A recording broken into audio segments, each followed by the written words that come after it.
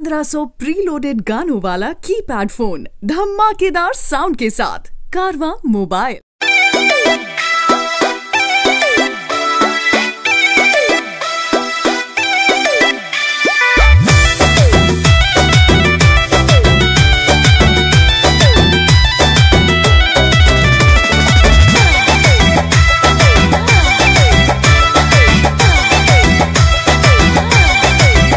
तोहरी अखिया तो जजुआ परोर मारता, जब चले लू कमरिया हिलोर मारता।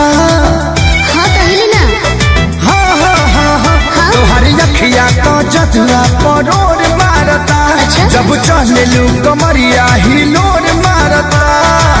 दिलवा फिसल गइल जनम निकल गइल, भइनी बेहोश तोहरा गुनिया से।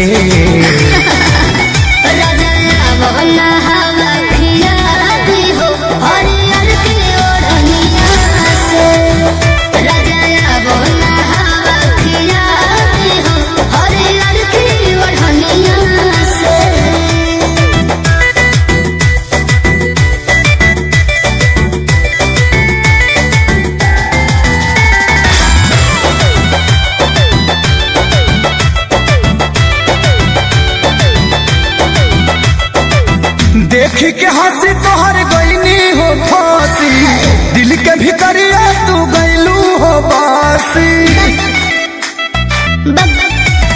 जनता के घुमावा अपन मर्जी बतावा। बोला बोला ललचत जियरा बा हहरत हियरा बा, जतरा बना दही बुनिया से।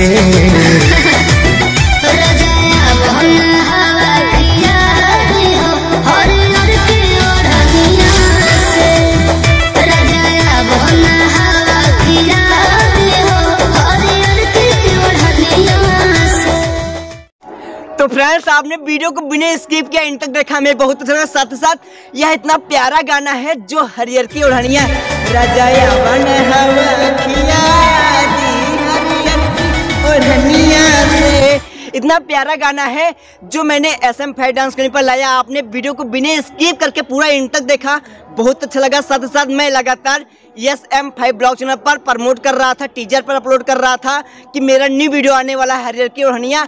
आप लोग जैसे इंतजार किया ऐसे ही प्यार दिया।